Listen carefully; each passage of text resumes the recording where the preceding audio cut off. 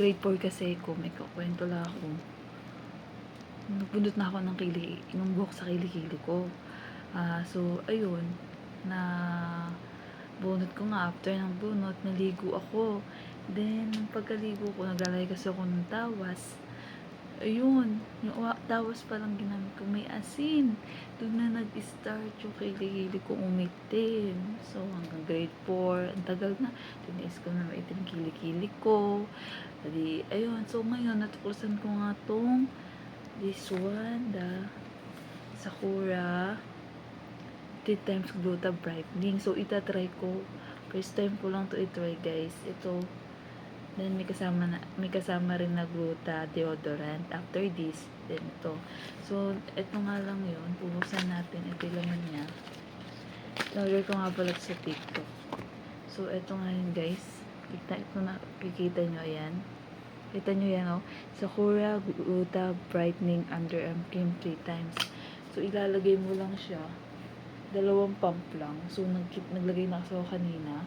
2 pump. Then, nakita nyo na may kili-kili ko, diba? Oh, ang item. Yan, may item. Diba, pack burner. Oh. So, natuyo na nga. Naglagay na ako kanina. So, may kasama na akong binili na deodorant. Ito. Kasama na display din siya. Ito, display din yan. Spray lang natin. Ito, diba? Display sosyalin, guys. Display. Mas okay ba yung display? First time ko lang mag-display. Hirap mag-display. Display. Ganito na. Ganito. Bagdad pa. Baliktad. Ganun. Baliktad. Ganyan. Bukasan. Bukasan sa display. Ano pala ito? Ang hirap pala ng display. So, nagkapalit na kami. Pareso naman ata ito ng takip. So, ayun. Ganun lang. Nakabox siya. So, ibabalik na natin ito, guys.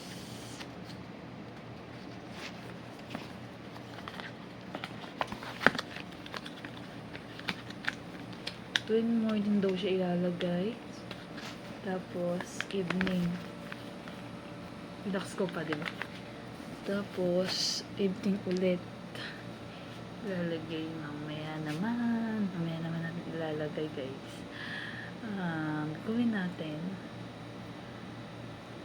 Natin magiging result. Tapos, dahil ko ito sa link ko yung kung magkano. So, bili na kayo. Kala nyo totoo nga. So, thank you for watching, guys. Bye!